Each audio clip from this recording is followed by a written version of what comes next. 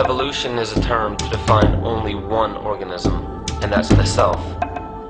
The self is the universe, the self is the Alpha and Omega, God and infinity. And that's the only thing that evolves, because we are all part of the self. Nothing goes through an evolutionary process alone, or without direct benefit to the whole. So when you begin to think that there's this controlling elite, this controlling hand behind the curtains leading the planet to destruction, when you think the end is near, the apocalypse, Armageddon, and when you think we as a species are doomed, it is not they, it is you that brought this about. And for a very good reason. You are evolving. Stop blaming everybody and everything else. Quit panicking about global tyranny and natural disaster and pay attention. Because the world is telling you something, is telling you exactly what is wrong with you and how to fix it.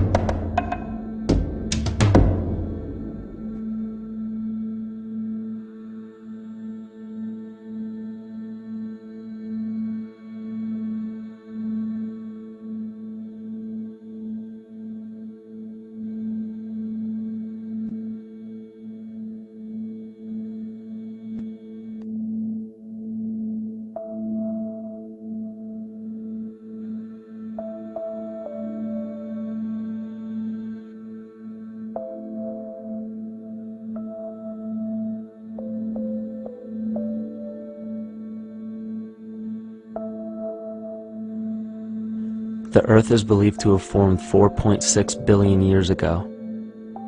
Within the first 150 million years, it began cooling and releasing gases from the lithosphere, which created the earliest forms of the Earth's atmosphere. Prior to the creation of this atmosphere, the sun's ultraviolet radiation made for uninhabitable conditions.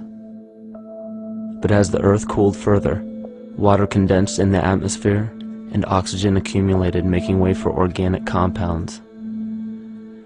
This spawned single-celled organisms, and then plant life. And down through time, the evolutionary chain continued. And then we arrive at a species that does not seem to fit as well as the rest. Homo sapiens' gestation period of 9 months mimics the 3.8 billion year evolution of all life on Earth. The human embryo repeats the evolution of all species. When the sperm and egg unite, this new creation is a single-celled organism. Within hours, this single cell divides and multiplies more rapidly than any other species. 4 weeks later, the embryo begins to develop gills mimicking aquatic life. A few weeks later, it develops lungs and a tail with reptilian appearance. From there, a mammal is recognizable, and then onto a primate form. It then sheds its laguna, which is the embryonic fur, and at last shows the characteristics of a human child. The human body is a community of approximately 50 trillion cells. Everything the body does, the cell does as well. Cells have respiratory and excretory systems. They feed, feel, think, and communicate with other cells. Trillions of cells make up a single organism called the human body, and billions of human bodies help make up the organism we call Earth. The Earth has more similarities with the human anatomy than you may think. Earth has its own electromagnetic generation, just like the human body. Research has found that a direct current of electricity flows through perineural cells found around every nerve in the body. These pathways are called energy meridians and have been used in the practice of acupuncture for at least 2,000 years. Dating even farther back is the notion of dragon paths or ley lines in which many megalithic structures and stone monuments were erected, marking the energy meridians of the Earth. These energy meridians are generated by the resonant frequencies of the Earth, called the Schumann waves. Each planetary body has its own resonant frequencies and is determined by the circumference and diameter as well as the speed of orbit and rotation. The Earth's resonant frequency starts at 7.83 Hz and ends with the 7th harmonic at 43.2 Hz, correlating with the 7 chakras. Ultimately, the greatest discovery of our Earth is its consciousness. A visible attribute of consciousness is an energetic field that governs the shaping of organisms. Morphogenesis is a scientific term to explain this very shaping of tissues, organs, and entire organisms. Consciousness is the creative force of the entire universe. It has been given many names such as God, Yahweh, Krishna, nature, the field, and divinity. The entire universe is in fact a single living, conscious organism with complete awareness of itself. The reason why it may seem difficult to comprehend this is because our understanding is typically limited by our language. When we hear the term conscious organism, we tend to anthropomorphize its definition. By giving it human qualities, we mistakenly look past what an organism truly is in the first place. The definition of an organism is any living thing capable of response to stimuli, reproduction, growth and development, and maintenance of homeostasis as a stable whole. Our universe does all of these things. The consciousness of our universe is responsible for the form and purpose that all matter assumes. The Earth's resonant frequencies are a result of its form. These frequencies are responsible for biological rhythms, such as menstrual and circadian cycles, as well as behavioral and emotional patterns. The frequencies are then picked up by the flora and fauna, which are biological instruments that respond to the wave patterns. The wave patterns resonate in the cranial structure of our head and converge in the center of our brain, which is where we find the pineal gland. The pineal gland is believed in many cultures to be the spiritual third eye responsible for intuition. Descartes called it the seat of the soul where mind and body meet. Each individual cell in our body receives an electromagnetic impulse from our central nervous system. They receive the very same impulse that was disseminated to every biological instrument from the earth. An explanation of our conscious universe has been attempted by religion, science, and philosophy. The neglect of biological nature from any organism causes illness. A divorce from nature, exile from Eden, confounding of tongues, they are all symptoms not of a biblical God or deity, but the true self. The greatest and only threat to ourselves is a loss of self, the death of our divinity. As we barrel through history with oceans of information, yet barely a drop of wisdom, we have to understand how we lost ourself.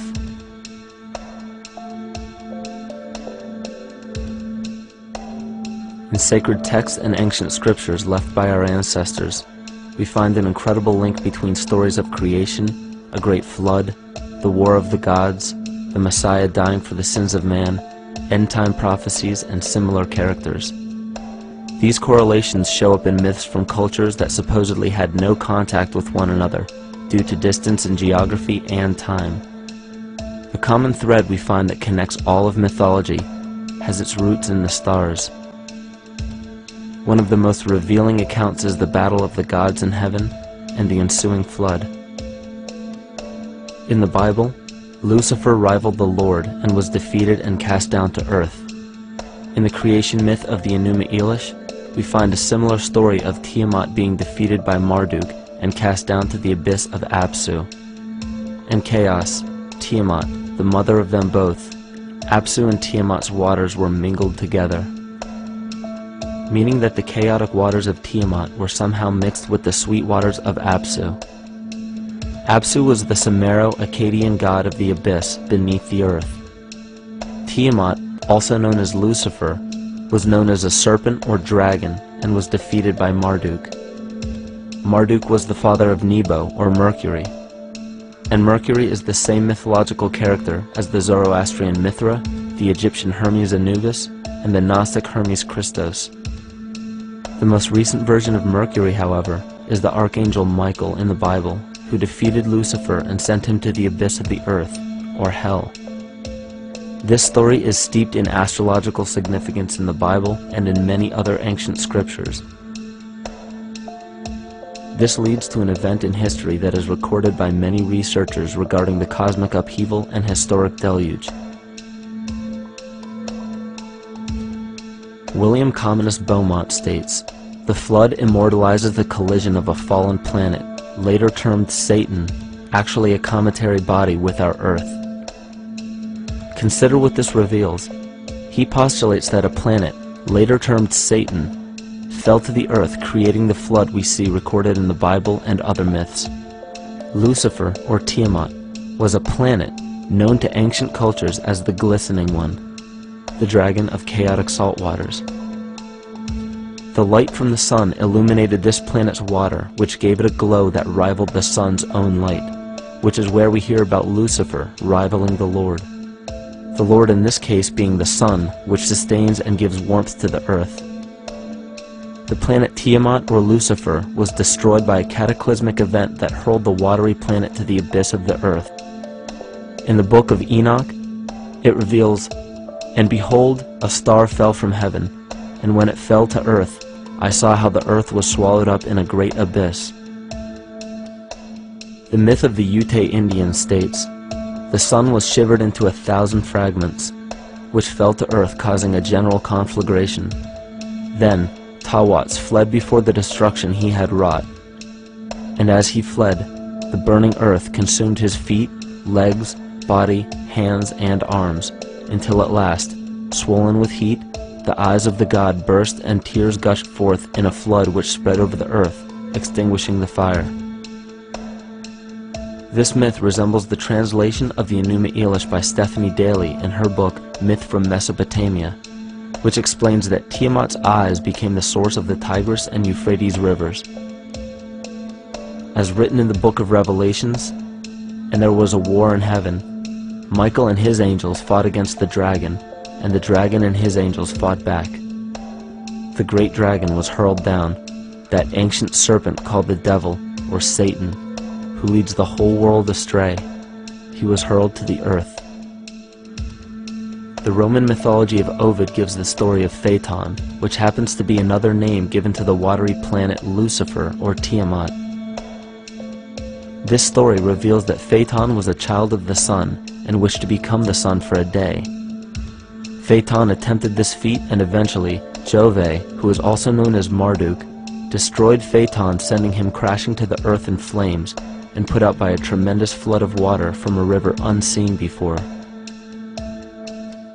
The common theme we notice here is that of a saltwater planet, the great dragon, Lucifer, Tiamat, or Phaeton, was defeated and fell to the earth, and now dwells in the abyss known as hell, giving us the outline of the story of Lucifer rising up against the Lord and being defeated and banished to rule the underworld. As we know, however, an outline is but a shell of a story. The inner meaning, the spirit of the myth, comes with a deeper understanding of the essence of each planet, not just the physical planet, but the conscious core, because we know now that the proportions and velocity of a planet gives them their own characteristic frequencies, which govern biological and behavioral patterns. These planets reflect the archetypal psychology of man. In ancient times, probably the most important field of research was the study of the heavens. Galactic bodies and their movement through the sky were known to be symbolic of the inner faculties within human consciousness. Within all organisms, outdated science has only explained the physical world measured by our five senses. Only in esoteric religions, mysticism, and quantum fields of science are we to find any attempt at explaining where thoughts and emotions fit into the sense-perceptible world. We also understand now that humanity is a community of cells within the organism of the Earth. The Earth, therefore, is a higher organism that shapes our form and function. This higher organism and all other planetary bodies are governed by consciousness, just as we individual humans are. Therefore, the Newtonian belief that galactic bodies are nothing more than lifeless forms floating in space is tantamount to claiming that we humans are nothing more than a composite of elements in motion. We know that this is untrue because we feel, we think, and furthermore we see the result of our consciousness creating what we call life. Plato wrote, "This world is indeed a living being, endowed with a soul and intelligence, a single visible living entity containing all other living entities, which by their nature are all related." Furthermore, the cosmos is a single living creature which contains all living creatures within it. And in an article out of the Sufi journal, the author writes, "The world is a living spiritual being." This was understood by the ancient philosophers and the alchemists who referred to the spiritual essence of the world as the anima mundi, the soul of the world. In scriptures, we hear of the claim that angels guide the inner soulful actions of people, or that the gods wield influence over man. Most ancient spiritual and scientific teachings held the belief that the hierarchies of the gods, angels, archangels, archai, all the way down to the cherubim and the seraphim, are the hierarchies within the human psyche. In this way, we must understand that when the whole of ancient myths and sacred scriptures speak of spiritual influence from a higher being, they were speaking of archetypal forces that are inherent within us, not an influence from an external source. This is where we begin to see the relevance of astrology as an ancient form of science that resurfaced in the 19th and 20th centuries under the name of psychology. Friedrich Nietzsche even stated, "As long as you still experience the stars as something above you, you still lack a viewpoint of knowledge." This is astropsychology and maps the inner faculties of the psyche. In pre-Christian times, there were schools known today as the mystery schools or the mystery religions. The messages encoded in the scriptures and ancient archaeology came from adepts of spiritual science. The intent was to teach the initiates the deeper meaning of these myths. What became later termed as Lucifer, Satan, or the devil was representative of the ego which rivals the Lord, the representative of the self. The true self is the epicenter of a person's entire being. It is the total sum of everything that we are. The false ego, on the other hand, is the idea and concept we create about ourselves in the course of our lives, which typically excludes any qualities we don't wish to accept about ourselves. However, humanity has been endowed with the freedom to choose either to obey the true self or to give in to the temptation of the vanity and materialism of the false ego. This is the most notable trait that separates man from animal: our freedom of choice, the choice to follow our concepts and ideals or our natural impulses, the choice to sustain nature or to destroy it. This freedom of choice weighs on the fate of the entire organism that we call humanity. Cancer begins with a group of cells within a community that fail to communicate with the conscious signal of the organism. Those cells begin to grow out of control and spread to other areas of the organism. This very disease is evident in our world today. The cancer upon our earth is the domination of our false ego and our divorce from nature. Collectively, among every human, vanity leads to segregation and competition. Competition leads to fear and greed. Greed leads to deceit and immorality. And immorality is the breeding ground for illness, waging war on our earth. Every act of hatred and destructiveness in our world begins with self-hate and self-destructiveness. And it all begins with a breakdown in communication.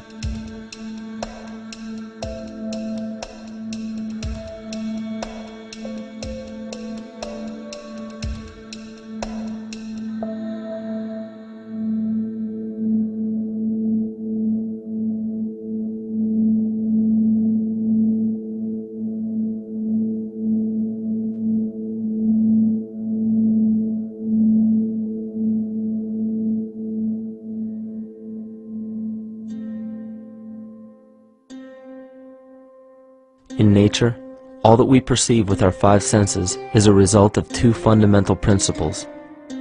Everything in existence is made of a relationship between vibration and matter.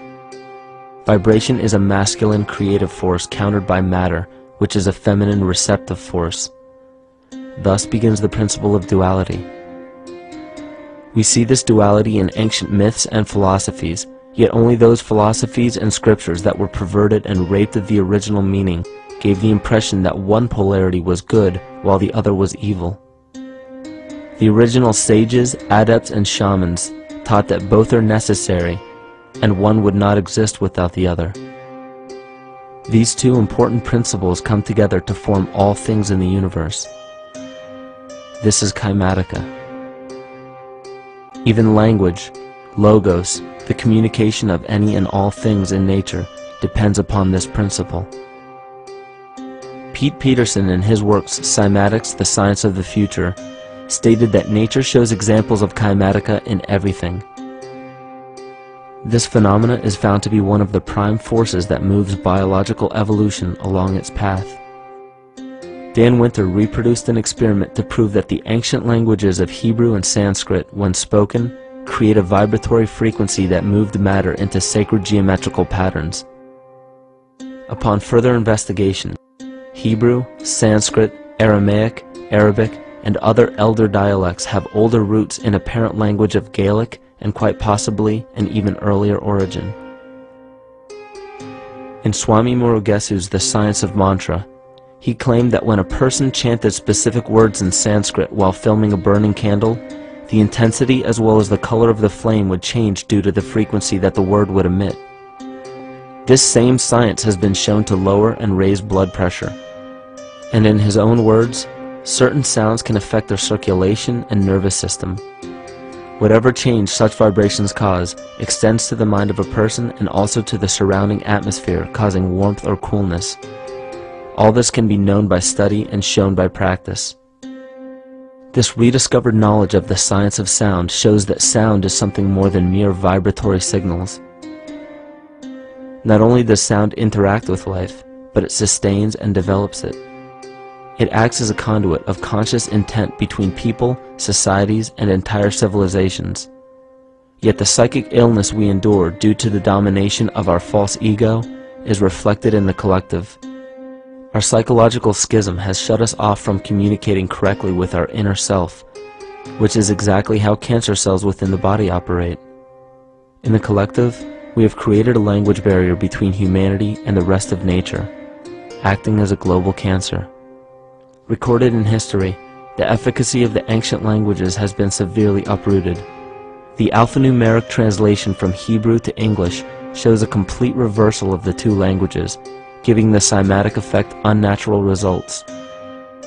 Dr. Leonard Horowitz stated in his work on DNA, 1/3 of the sensory motor cortex of the brain is devoted to the tongue, oral cavity, the lips, and speech.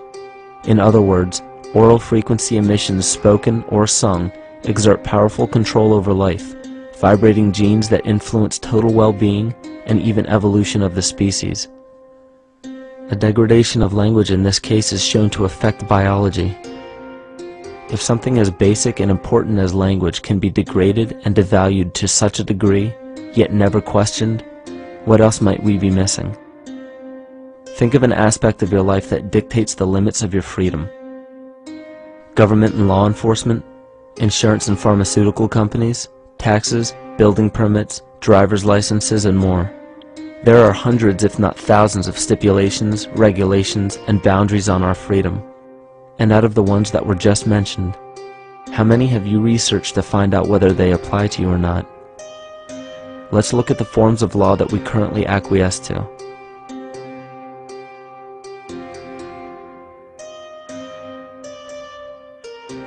A common misconception among people is that any rule or regulation that governs them falls under one category: law. But there are many other forms of law that people abide by without realizing that they simply do not apply to them. Another misconception is that a nation's constitution gives us our rights. A constitution does nothing more than list the rights that we already have. We are born with inalienable rights, endowed to us by our Creator. They are not given to us, and they cannot be given away. The most a person can do with a right is choose whether to exercise it or not. Maritime admiralty law is what's known as the law of the water. It is superseded by civil law and only applies to those who willingly contract themselves into it. The definition of admiralty law is a body of private international law governing the relationships between private entities which operate vessels on the oceans. Let's look at how and why a form of law that is fashioned to govern corporations, businesses, and vessels has imposed its rule over natural human beings. This is all done through a form of word magic. A simple perversion of language has made it possible to convince people around the world that these alternative laws apply to them.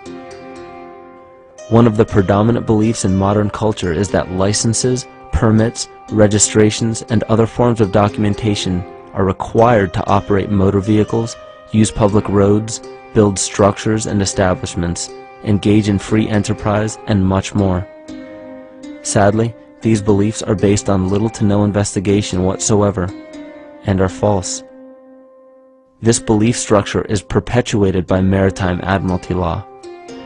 This form of law was originally created to govern ships docking in foreign nations for the import or export of products and resources. It deals with banking and merchant affairs, not civil affairs. When a product is taken off of a ship and brought into a foreign land, that nation takes custody of the resource and accounts for it with a certificate. That certificate marks the birth date of that product in the custody of the respective nation. Think of why it is supposedly required to have a certificate of live birth in the first place. The Barron's Dictionary of Banking Terms defines a certificate as a paper establishing an ownership claim. So right there, we notice that everyone with a birth certificate is defined as being owned. People are used as collateral with other nations because the U.S. is bankrupt. The United States declared bankruptcy on March 9th of 1933. At this point, the U.S. began taking out loans from a private, non-government affiliated corporation called the Federal Reserve. With no money to pay back the loans, the United States began using the citizens as collateral. All birth and marriage certificates are literally warehouse receipts. Just look at the similarities of warehouse receipts and birth certificates. Both document the date of issue, a serial number, registration number or receipt number, a description of the product, and an authorized informant to notify the appropriate government agency. With all of this information being readily available, the majority of people are unaware of their involvement with maritime admiralty law. This is possible through the manipulation of language. This admiralty law changed the meaning of the word person from a natural living person to a corporation. Driver's licenses, vehicle registrations, auto insurance forms, building permits, gun permits, work permits, tax filing documents, birth and death certificates, traffic citations, and many other forms of documentation that were once believed to be absolutely necessary only apply to persons or corporations. Upon signing such a legal document, you are indirectly waiving your rights under the Constitution and lowering your status to that of a corporation that is created with the same exact name as you. The only way to reconcile your true name from the name of the corporation is to take notice that the corporation has its name in all capital letters. This is known as capitis diminutia maxima. You may take notice that your driver's license, birth certificate, social security card, insurance cards, and more use all capital letters to legally represent the corporation with your name, not you. The corporation is known as an artificial person, whereas you, the human being, are known as a natural person. This deception goes even deeper when it comes to the courts that we attend. When showing up to court, you will notice that there are seats for witnesses behind a wooden fence or barrier. The defendant must cross through the entrance to the other side of the barrier where the plaintiff and judge sit. This act symbolizes the boarding of a ship. At this time, business can be conducted in maritime admiralty law. The judge, acting as captain or banker, is responsible for settling the balance between the two sides. This is why there is always a monetary value involved in any court case. The captain is simply dealing with banking and merchant disputes. Once the balance is paid, the case is closed. To turn the court case away from admiralty law where your rights are not protected, you must avoid agreeing to represent the artificial person. This is done by stating that you are the natural person. You don't have a first or last name because those imply corporate title. In a court case, you may state that the court takes judicial notice of your honor's oath of office. Every judge must take an oath of office to practice law, yet you must make it clear to the court and the jury that the judge is acting as judge and not banker. Remember that you are a natural human being of the earth. You are not governed by anything but your own consciousness. Laws are created within a society. The society that created the laws we see being enforced today is called the Law Society.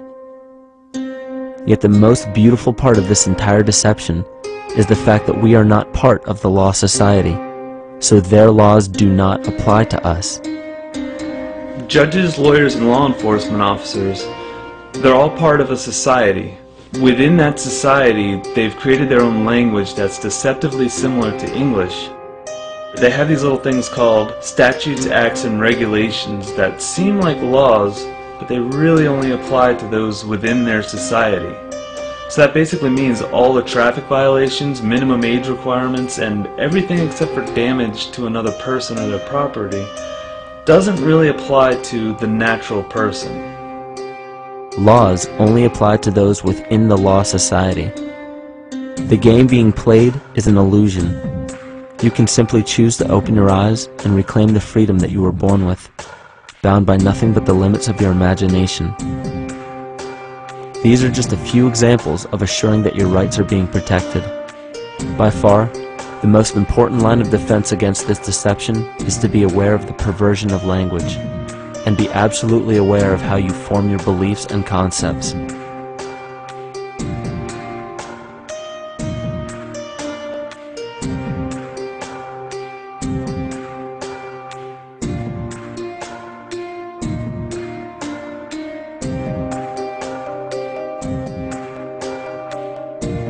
In all forms of the perversion of language, there is a mirror reflection of this in the microcosm of the psyche.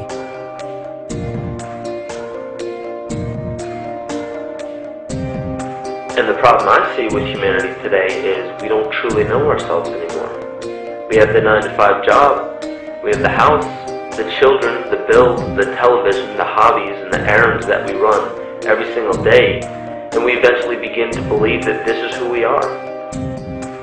But who are we beneath the job title, beneath the status of mother or father, theist or atheist, Republican or Democrat, black or white, man or woman? Who are we?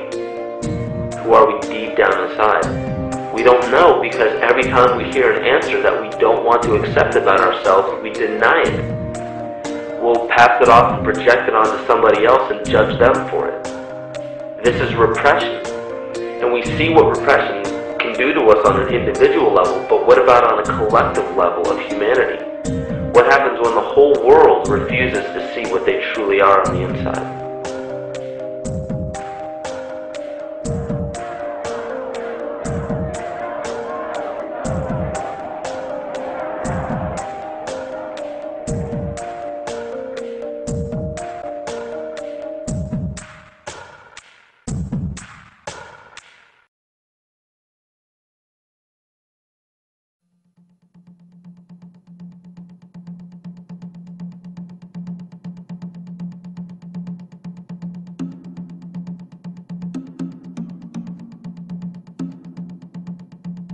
Carl Jung discovered that there is a collective unconscious connected to all humans, meaning that the whole of humanity shares a single mind with one another.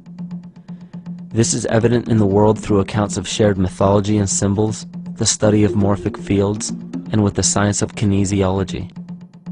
This collectivity is a global example of the unconscious mind of the human body, in which trillions of cells share a similar signal.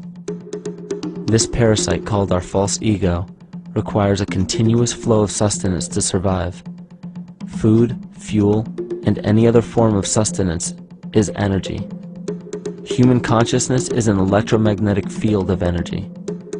When this potential energy is utilized, it then releases kinetic energy, which is used to perpetuate the false ego. This scenario occurs in the smallest parasitic organisms, all the way to a collective organism called humanity. A parasite will release chemicals that cause the host to crave the sustenance that the parasite needs to survive. As long as the host is unaware, it will keep feeding the parasite and starving itself. In a similar way, Wilhelm Reich stated that whole societies suffer from a psychosis caused by starving our organic biological impulses. He states that sexual suppression supports the power of the church, which has sunk very deep roots into the exploited masses by means of sexual anxiety and guilt. It engenders timidity towards authority and binds children to their parents. This results in adult subservience to state authority and to capitalistic exploitation. It paralyzes the intellectual critical powers of the oppressed masses because it consumes the greater part of biological energy. Finally, it paralyzes the resolute development of creative forces and renders impossible the achievement of all aspirations for human freedom. In this way, the prevailing economic system, in which single individuals can easily rule entire masses, becomes rooted in the psychic structures of the oppressed themselves.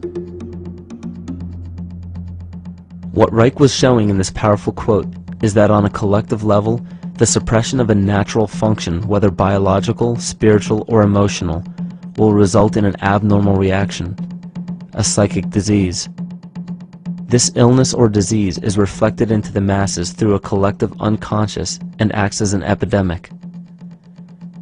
Humanity is plagued with an incapacity for freedom, meaning that people en masse lack the ability to govern themselves on a psychic level, and this manifests in the macrocosm as government and organized religious powers, thus opening the throne, our national and individual throne, to anyone and anything.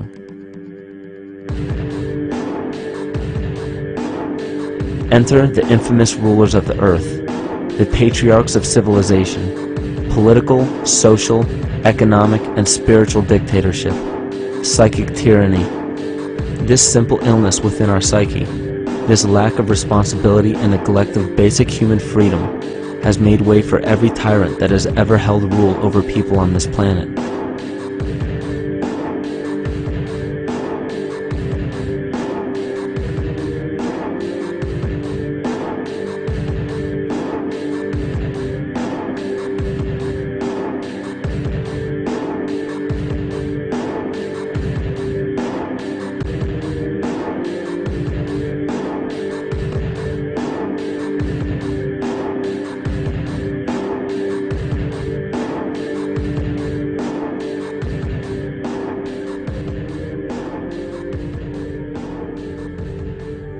But these oppressive tyrants that are demonized by the masses are no different than us. In fact, they are one with us. In the book The Prophet by Khalil Gibran, he poetically states, "I say, as the holy and the righteous cannot rise beyond the highest which is in each of you, so the wicked and the weak cannot fall lower than the lowest which is in you also." Every one of us has the capability to commit the most horrifying sin or show the most beautiful compassion to our fellow man. This is the very definition of an illness within the psyche and soul of man.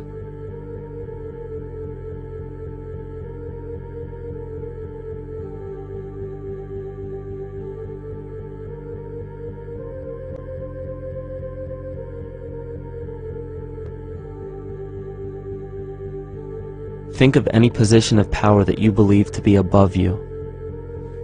Royal families, government leaders, the United Nations, financial organizations, corporate monopolies, and media juggernauts. These are all facets of our false ego. They are the physical advent of our own sickness. They require our conscious participation, our conscious energy to survive.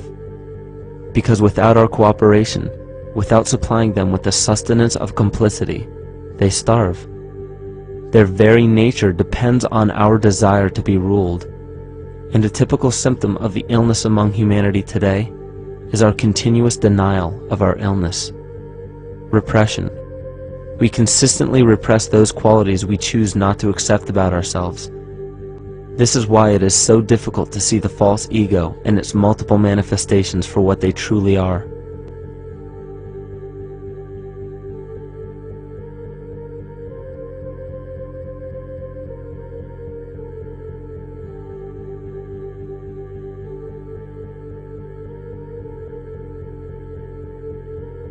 This is the very nature of the false ego.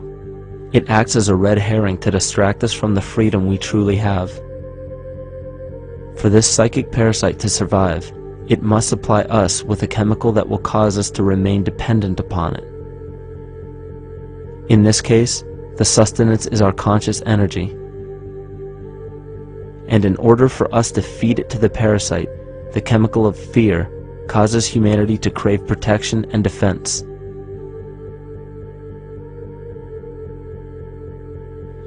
The functions of the body to survive can be broken down to two basic functions for any organism to survive.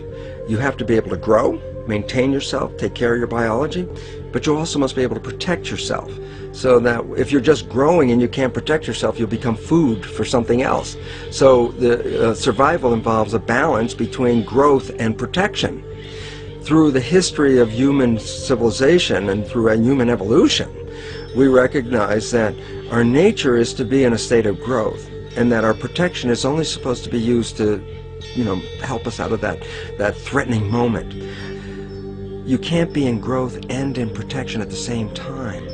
So the significance is, when we see a need of protection, the stress hormones in the body shut off the blood vessels in our viscera or gut, which is the part of the body for growth. Well, the issue is, if you took the blood from the viscera and moved it out to the arms, then you left no blood in the viscera. That means no growth. But you're ready to fight. And when your fighting is finished, then the blood returns back to the viscera and you grow again. But in the world that we live in today, it's 24/7 fear.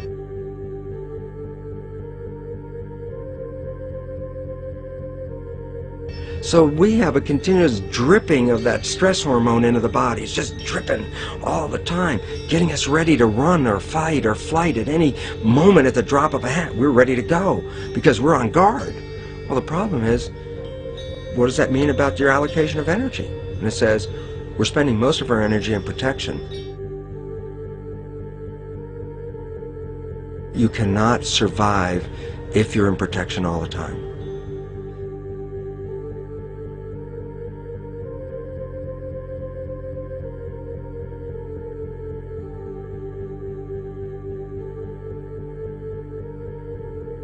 And if the parasite can control the nature of the fear, it can then create a fear among us that only it can defend us against. A recent physical manifestation of this comes from Zbigniew Brzezinski, former Secretary of State who also supported President Barack Obama. In his book, The Grand Chessboard, he states, as America becomes an increasingly multicultural society, it may find it more difficult to fashion a consensus of foreign policy issues, except in the circumstance of a truly massive and widely perceived direct external threat. Even the Reichsfuhrer of the Nazi Party, Hermann Göring, sums up this game of supply and demand perfectly when he stated, "The people can always be brought to the bidding of the leaders." That is easy. All you have to do is tell them they are being attacked and denounce the peacemakers for lack of patriotism and exposing the country to danger. It works the same in any country. It also works the same in every individual psyche. Just remember that the false ego has only one desire: to become greater and more powerful than the true self. This illness causes us to believe that we are separate from nature. This is why we see such a rise in the dependency of technology. This is why we see such little stewardship for the earth and the environment. And this is why we see bigotry, racism, sexism, and every other form of discrimination possible that leads to crime, violence, wars, and eventually, the global destruction of the organism. This endless state of fear, confusion, and segregation our world seems to live in is a symptom of the false ego creating a false threat.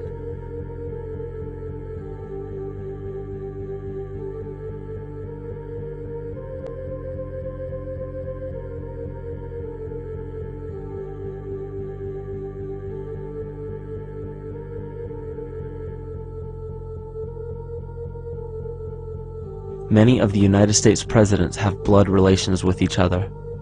The Bush lineage has blood ties to a great number of former presidents. George Washington, Millard Fillmore, Franklin Pierce, Abraham Lincoln, Ulysses Grant, Rutherford Hayes, James Garfield, Grover Cleveland, Teddy Roosevelt, William Taft, Calvin Coolidge, Herbert Hoover, Franklin Roosevelt, Richard Nixon, and Gerald Ford. Michael Tsarion points out in his work that Bush is closely related to every European monarch on and off the throne, and has kinship with every member of Britain's royal family. Bush's family tree can be documented as far back as the early 15th century. He has a direct descent from Henry III and from Henry VIII's sister Mary Tudor. He is also descended from Charles II of England. And we also find that George W. Bush is a direct descendant of Godfrey de Bouillon. Godfrey was the first king of Jerusalem after he recaptured it from the Saracens, which was the name for the Islamic faith during the Middle Ages. It is interesting to note that the current occupation of the United States in the Middle East was re-established by the same family, George Bush Sr. in 1991, and again by George Bush Jr. in 2003. George Bush Jr. is then found to be a cousin to both opposing candidates of his 2 terms in office, Al Gore and John Kerry. Democratic President Barack Obama also has blood ties with George W. Bush, as well as Gerald Ford, Lyndon Johnson, Harry Truman, James Madison, and the British Prime Minister Sir Winston Churchill. On the opposing side of the 2008 presidential ballot, John McCain is descended from Robert the Bruce, King William I of Scotland, and also Godfrey de Bouillon.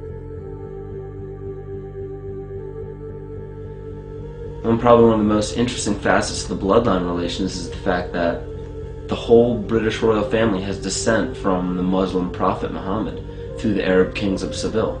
This bloodline was passed through the kings of Portugal, Castile, and eventually down to King Edward IV. This is a very, very different story from what you hear the media pumping out every day, being this idea of lineal superiority. It's completely debunked according to the foremost authority of aristocratic lineage, Burke's Peerage. And this just goes to show that there's the true story, and then there's the manufactured illusion, the front that's given to the public.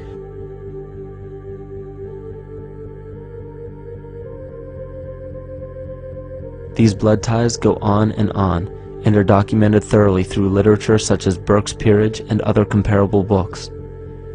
The point of all of this is that we find not just the same people, but the same intent within the people who have held high positions of monarchy, dynasty, aristocracy, and democracy in the past and present, and they are all related by a physical and symbolic link. This bloodline carries the symbol of our illness.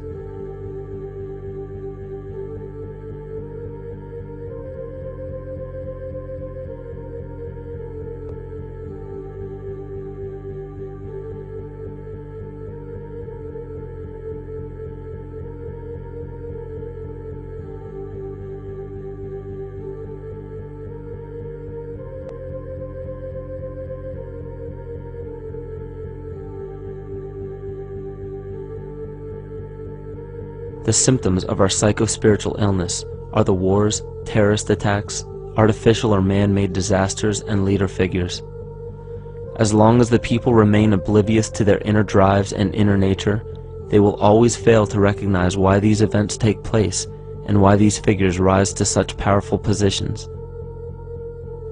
The reason why we have failed for thousands of years to conquer these archetypal rulers permanently is because for thousands of years we have been fighting the symptoms of an illness and not the root cause.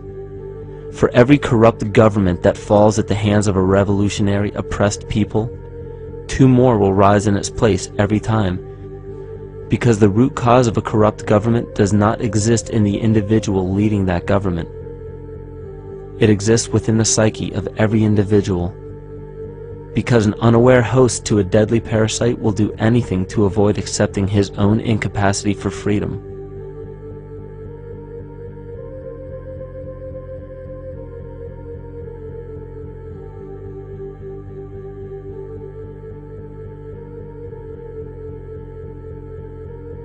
We are so bereft of sanity in this world that those few who simply stop projecting onto others and begin facing their own demons are seen as neurotic.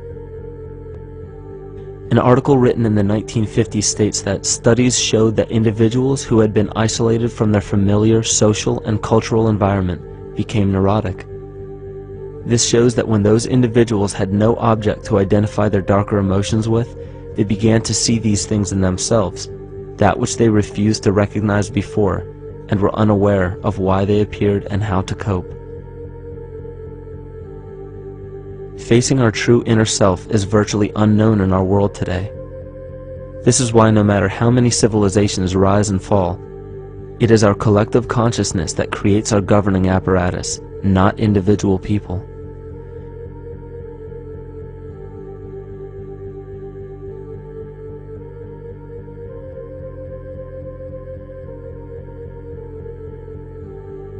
And after countless attempts, you would imagine that people would realize that a physical retaliation may not be the solution.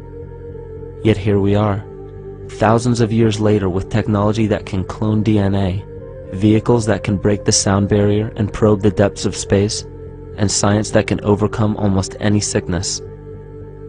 Yet we still fail to take notice to the importance of thoughts and consciousness. This is the very definition of insanity. And every single one of us is responsible for this psychic epidemic, because we're killing the messenger and paying no attention to the message.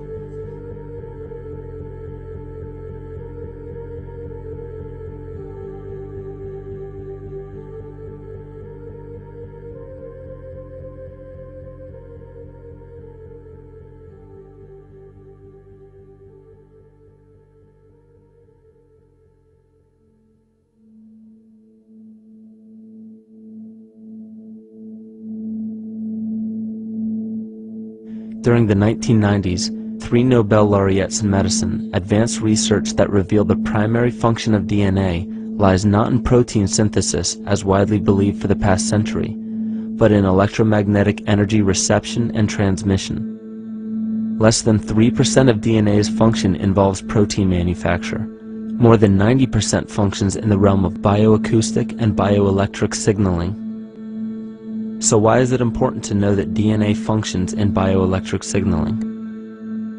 HeartMath Institute has discovered the heart and brain maintain a continuous two-way dialogue, each influencing the other's functioning. Although it is not well known, the heart sends far more information to the brain than the brain sends to the heart, and the signals the heart sends to the brain can influence perception, emotional processing, and higher cognitive functions. The heart also generates the strongest rhythmic electromagnetic field in the body, and this actually can be measured in the brainwaves of people around us. We are quite literally an electromagnetic expression of our highest cognitive function. The behavior of electromagnetism is evident throughout the world as dualism. All matter contains a negative and positive charge, which means organisms are built upon this foundation. The natural homeostasis of any organism is a balance of both polarities. Furthermore, research on emotional energetics shows that the heart's field is a carrier of emotional information and a mediator of bioelectromagnetic communication within and outside the body. Research shows our heart's field changes distinctly as we experience different emotions. It is registered in people's brains around us and apparently is capable of affecting cells, water, and DNA studied in vitro. Fear. The chemical supplied by a collective parasite creates a distinct bioelectric signal given off by the host. This signal is disseminated to the organisms within our community and will grow outward through the entire organism unless it is counterbalanced by an opposing force.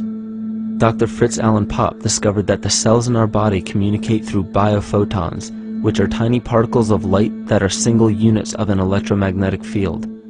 This communication system within our body also exists between people in what's known as morphic resonance. This was known by the shamans, sages, and adepts of antiquity. These teachings were commonplace in prehistoric cultures. It wasn't by sheer chance that artistic expression and rituals were the cornerstone of every ancient civilization. Art was used as a personal method to exercise the shadow content of the psyche and introduce it to the conscious mind. This was very literally viewed as psychic therapy. Ritual was based around astrological dates. As we've learned, the study of the stars and planets reflect our own astropsychology. The shamans would perform rituals on astrological dates that would correlate with a circadian rhythm or a psychological cycle. These rituals kept the human participants aware of their inner self and prevented the repression of psychological content. As long as people were facing their inner demons and accepting them as their own, they were not collectively projecting them into the physical world. If you bring forth what is within you, what you bring forth will save you. If you do not bring forth what is within you, what you do not bring forth will destroy you. The progeny of our psychological disease began growing rapidly after a series of catastrophes forced the collective into a somatic state of fight or flight. This lowered the immunity of the population by introducing a state of immense stress. Our body becomes more susceptible to illness under stress. In this manner, humanity fell ill when entire bodies of land were swallowed up by the floodwaters. This uprooted many tribes, chiefdoms, and civilizations from their homes, and their ritual practices that were used as a conduit for psychic wellness were put on hold in order to survive the catastrophe and seek new homes. The shamans were spread to many new areas of the world.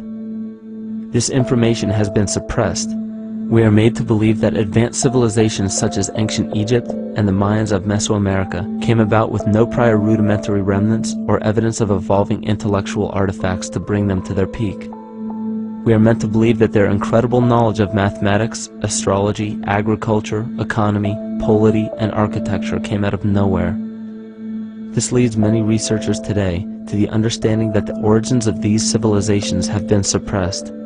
Not surprisingly, the force that has guided the suppression of this knowledge comes from the exact bloodline of the political and religious leaders stated previously. These are some of the notable book burnings and suppression of important texts in our history.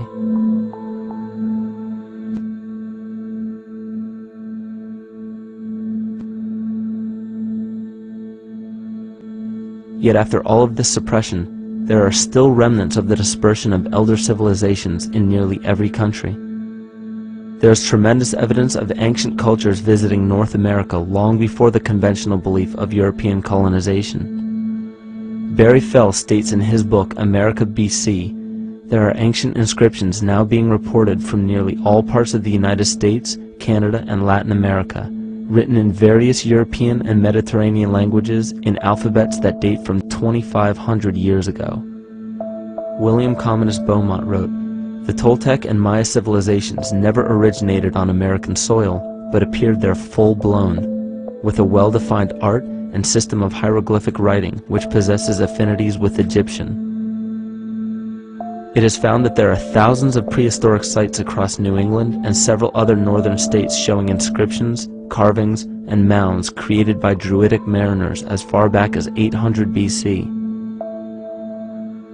To suppress this information further, it was not only imperative for the bloodline to burn the documented texts containing true historical information, but to wipe out the cultures that derived from these ancient shamans. The most devastating genocide ever endured was and still is the annihilation of shamanic tribes. We've lost our traditional roots and don't know about ritual. The dragon dances and the ghost dances of the Native American Indians, what do you think that was all about? All the shamans of the world, when they do their rituals, they're doing that. Their work, harmonically through dances, is to strengthen the immune system of the earth. You know, but they've been all murdered. So that was why in the 17th century, exactly the same period I'm talking about, there was an all-out agenda that when you come across indigenous people, you annihilate them. Columbus was sent on his expedition along with agents of the crown to disrupt the lives of the natives and seize mineral resources. He visited every island in the Caribbean, depleting the gold and taking as many slaves of the native Taino tribe as possible. 5 million natives were murdered within 3 years, according to Leah Trabeck. Within 15 years, the Arawak tribe of 250,000 was completely wiped out. The population of the United States prior to European contact was greater than 12 million. 4 centuries later, the count was reduced by 95% to 237,000. From 1494 to 1508, over 3 million people had perished from war, slavery, and the mines. Who in future generations will believe this? I myself, writing this as a knowledgeable eyewitness, can hardly believe it. My eyes have seen these acts so foreign to human nature, and now I tremble as I write. Another agent of the false ego bloodline was Hernando Cortés, who decimated the Aztec tribe and plundered their mineral resources. This again was the case through Cortés's second cousin, Francisco Pizarro, who conquered the Incan Empire in Peru. These atrocities are seen throughout Africa, New Zealand, New Guinea, East Timor, and are still seen today in Canada. This was a deliberate attempt to bury any surviving remnants of the ancient world and our true history. It is a naive mistake, however, to categorize and blame everything and everyone involved with politics or religion for this suppression of knowledge. It is only natural for people to crave spiritual understanding when there are so many manufactured missing links and perversions in the spiritual text today. And due to this void of spiritual wisdom, honest and moral people who are simply trying to understand their place in this world become the prime consumer market for those who wish to exploit this vulnerability. The ego is something that is it's insecure. It's something that is in need of control. The ego actually is an inferior thing, but it's trying to act like it is something that is superior. Hence this schism occurs between the ego and between the unconscious or the self. There's a kind of a messiah complex at work here as well, I feel, that we project the savior type ideal on someone, and we expect them to save us, and we're not willing ourselves to kind of deal with this and get to the root of why we perhaps feel insecure, or why we feel we don't have enough power to run our own lives, basically. If we look at the New Age movement, for instance, which is another kind of trap in all of this, where people might end up, actually, they're looking for something so bad that they're taking all these things that are handed to us or to them, but it's not really based on any real understanding. It's still kind of coming from a religious type of perspective. People are genuinely seeking something new. They're genuinely seeking a new type of spirituality, or to better themselves, or to change something, but this is being hijacked. And what they actually do is that they lead you into another type of group mentality or New Age religion, whatever it is, and people still are not able to kind of really break free from that and follow their own journey or their own path, which I think is very important in all of this.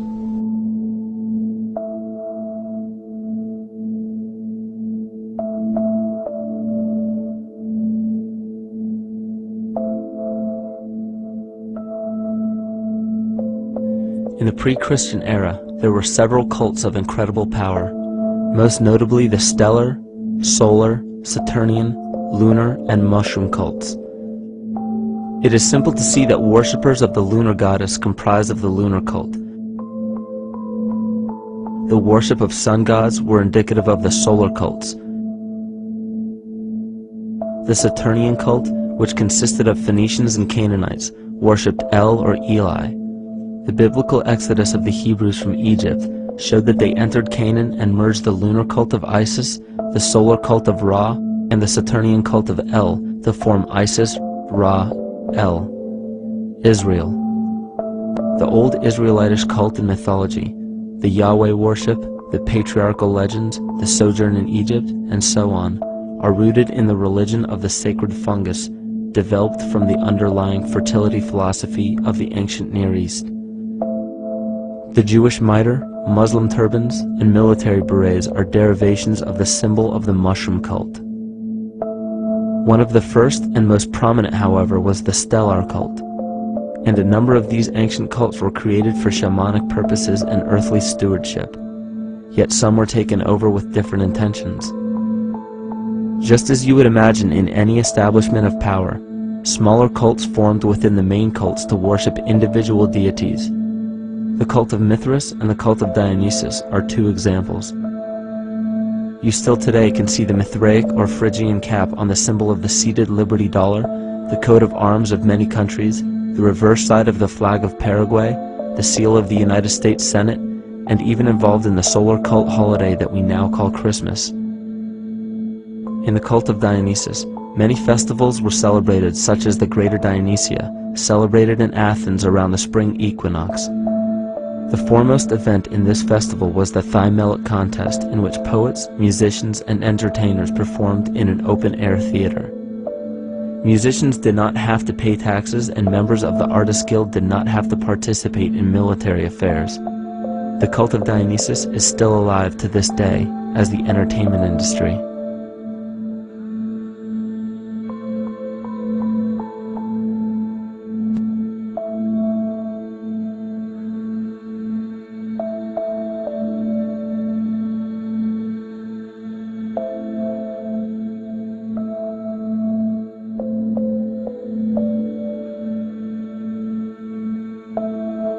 These cults still exist in many important positions of power throughout the entire civilized world. Yet the most important function of these groups is to manufacture the consent and complicity of the people. The conscious mind is the creative mind. It's the one that has your personal identity into it. It does the real thinking. And then there's a subconscious mind. Well, there's no entity in it. The subconscious mind is the equivalent of a tape player. It records behaviors, and then at the push of a button plays a behavior. It's automatic. It's a very convenient thing, because then we don't have to relearn all the time. Once you know it, you can make a pattern. The problem is that the basic patterns of belief and behavior that are programmed in the subconscious mind came from our teachers, primarily our parents, our family, and our community. So most people don't even understand how easily we're influenced by our environment. Every person that we encounter, every single situation that we're faced with, every little word that's said on television may not seem too influential to our conscious minds, but your unconscious is designed specifically to let every environmental signal influence you without your awareness. So the question is, are we leading conscious or unconscious lives? And now neuroscience has told us in the unfolding of our lives, only 5% of our life is controlled by our conscious mind, and 95% of the time controlled by the subconscious with programs from other people that were installed in there. And the problem is, it means when those programs are playing, we don't see them. And the skeptics will sit there and say, consciousness, archetypes, astrology? No. We create things with our hands, not our minds. Archetypes aren't physical. They can't influence me. But when you think of the fact that we're only conscious of this small little fraction of our behavior, what we don't realize is that entire countries, entire civilizations that think they're free and independent, but are unconsciously too afraid to be free and independent, they will beg to be governed. And if they can't do it themselves, who do you think will consciously or unconsciously take that responsibility? It usually ends up being that strong, masculine, animus archetypal figure. When we think we're in danger, we're not looking for our mother to nurture us. We want our father to protect us. And right on cue with the age of fear, this age of catastrophe, the age of this parasite, we see masculine domination. And one of the primary conduits for giving our responsibility and our conscious energy away is money. We surely don't want to admit that our dependency on money is flawed, because that would imply that the fault is our own. And God forbid we take responsibility for our lives, so we blame the money. This is the cornerstone of the entire illusion being built around us by the false ego. Money is said to be the root of all evil, yet it cannot be evil because money is only a symbol. Symbols carry only the faith and spirit of the observer. This means that the symbol of paper money evokes and surfaces the evil intentions and inherent flaw of our false ego. Money only exists because we agree to accept it as valuable. And to further illustrate our incapacity for freedom, we've given the control of our faith-based money to a private corporation instead of the federal government. There is no law stating that we have to use Federal Reserve notes as currency. We choose to because we fear the alternative: independence.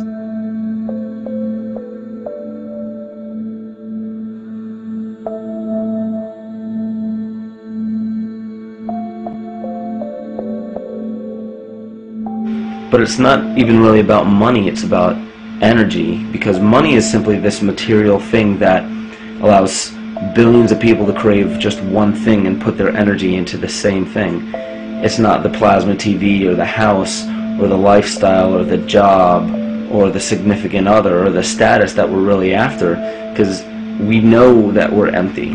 These people feel sadness and loneliness and void just like anybody else, and they either want to fill that void with materialism because they think that that'll make them feel better, or they want to sedate the void feeling with material possessions. So it all comes back to this feeling of having to put our dependency into an external source, something that we have absolutely no control over. What we're seeing right now is with all the competition of each other destroying each other, wars, competing for material existence, raping the planet and tearing it apart to get some pieces of it to hold in your hands and say you won the game. Every one of those moves is destructive, not just of the planet, but of human civilization, because human civilization will thrive with cooperation and will die with competition. And if you operate from these truths, then you end up with the extinction that lies before us. You see, we all have demons, so to speak. We all have inner demons in our lives, but we expect to see devilish monsters or dark apparitions when you think of a demon, kind of like what you'd see in the cinema. But our demons are really the people in our everyday lives, the people that we argue with, the people that we envy or hate, the ones we physically or emotionally harm in some way, shape, or form. And it's not because we envy or hate qualities in these specific people as much as we hate the fact that they remind us of ourselves. They reflect qualities about ourselves that we wish we had more of, or that we wish we didn't have at all. So what do? We alleviate that pain not by fixing or fighting our own demons, but by harming the people that remind us of our demons, by harming the people that remind us of the things that we don't like about ourselves. And when we become frustrated that we're not in control of our emotions because we don't really know what's affecting our emotions, we take it out on others. We take it out on absolutely anything else that can show us or act as a catalyst for our hatred. And so we do the same thing to animals. Animals are perfect because they can't defend themselves. It's a perfect catalyst for our inner aggression, our confusion, our hatred. Just take it out on something absolutely helpless. Just imagine how unconscious a person has to be of his or her actions to torture or mutilate or brutalize any living thing.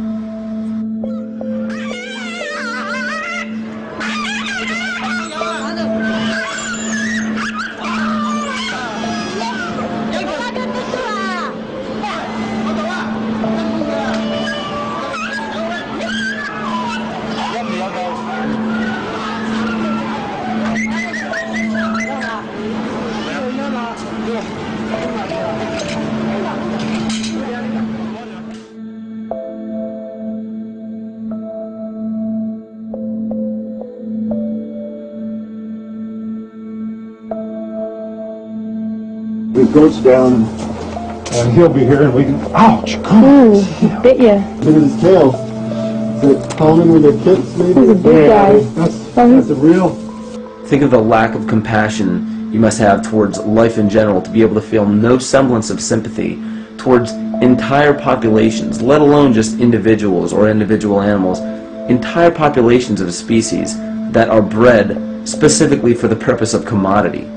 But I'll tell you what's even more dangerous is not so much the people carrying out this cruelty, because that's already been established. That form of hatred and cruelty has already been established and it's already known. What I'm really worried about is the people who are against inhumanity, the people who are against animal cruelty and feel self-righteous enough to think that it's justified to inflict harm or even wish harm on these people. Because those are the people who take unconscious cruel behavior to a whole new level of conscious cruel behavior that's perfectly acceptable in their minds, because they feel that it's their job to bring other people to justice, like they're an authority figure of some sort. Those are the people who will have a much harder time figuring out why they harbor so much inner hatred and resentment. They don't seem to realize that it's just another form of the same exact hatred. So to keep from facing our inner demons consistently, what do?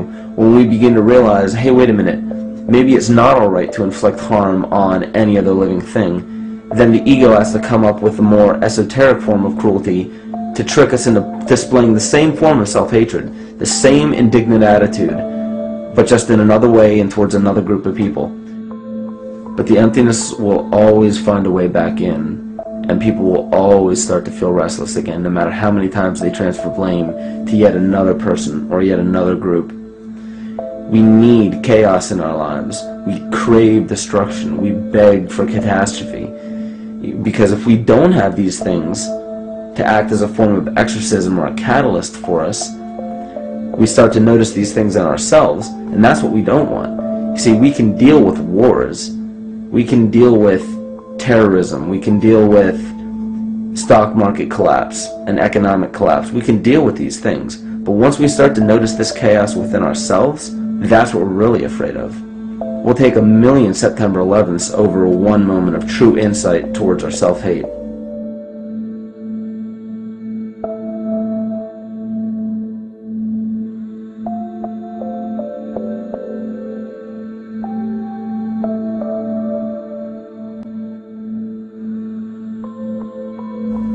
And you know, the most interesting part of all of this is we encounter things every day, every single day, that we either accept with open arms or that we reject violently.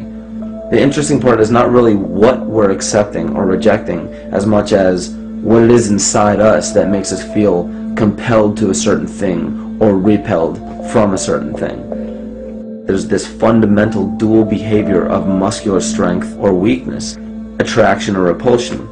And what's interesting about this is when you realize that consciousness, awareness, that intangible essence that animates all matter into what we see around us as life, that is where you will find the origin of this dual behavior. It's been explained as the inhalation and exhalation of Brahma, the contraction and the expansion of Ahriman and Lucifer in an anthroposophical setting, the active and the passive qualities in electricity, the masculine and feminine qualities, yin and yang, existence and nothingness. These are all ways to explain the same behavioral process that begins with awareness, it begins with consciousness. And if you get rid of all the images and concepts in our minds of these sayings in your head and just try to feel the difference between the two polarities, you'll begin to notice that all of the different scenarios and possibilities that are playing out in the world all spawn from this common origin. You'll have 1,000,000 people telling you why the Bible is supposedly the Word of God and that you should follow it word for word. And then you'll have another 1,000,000 claiming that it's a form of mind control and not to believe any of it. Everybody will tell you to beware of this or watch out for that. This is good information, this is bad information. And I just have to wonder, what makes anyone an authority figure enough to say that something is true or false? And why are you denying or accepting anything based on the suggestion of another person? Why aren't you making that decision for yourself? Information is information. There's no such thing as good or bad information. It's all what you do with it. I say let everything be your Bible. Give every piece of information, every person, every event or scenario or situation an honest and open mind. Because then it's your responsibility to respond to it in the way that you choose.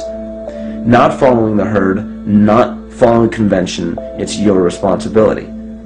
And that's the point when, no matter how many people tell you you're wrong or right, you're not dependent upon their approval. If we at least question our own actions, question our own thought process, and make a conscious decision to what we feel is right every single day, that's what I believe to be divinity. That's true shamanism. And that, to me, is what it really feels like to be alive.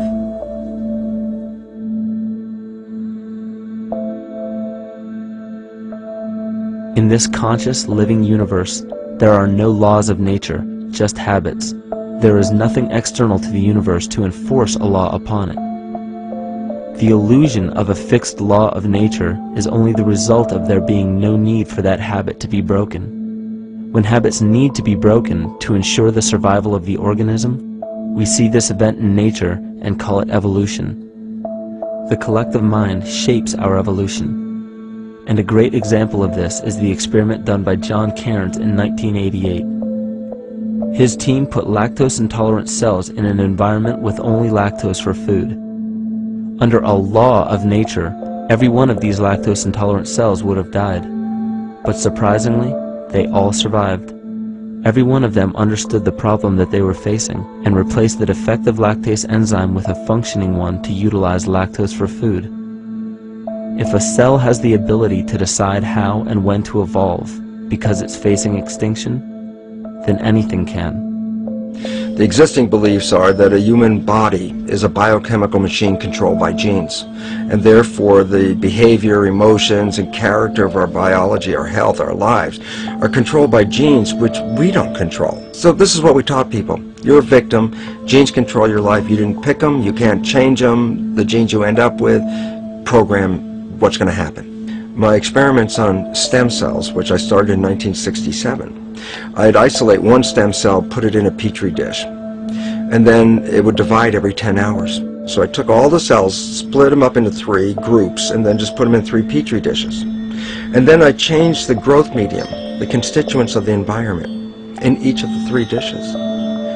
In one dish, the cells form bone. The second dish, they form muscle. In a third dish, they form fat cells. What controlled the fate of a cell? And the first thing you have to say is, well, wait, they were all genetically identical when they were put in a dish. So obviously the genes didn't control it because they all had the same genes. What was different was the environment. And all of a sudden in my career it said, oh my gosh, here I am teaching genes control life, and the cells are telling me genes respond to life. And since you can control the response, you can control your life. It's how you read the environment, how your mind perceives the environment. And if you understand this, then you could lead yourself to the most wonderful expression on this planet, to be fully alive and fully healthy by just how you respond to the world.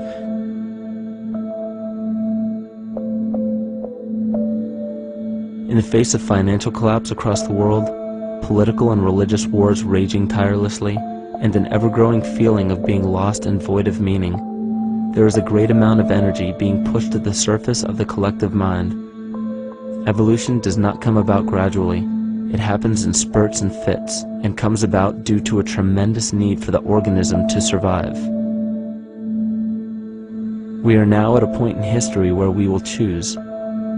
We will choose to become sovereign or remain dependent, to face our true self or continue fighting a ghost, to become well or allow this disease to grow, to live or to die. The choice is yours.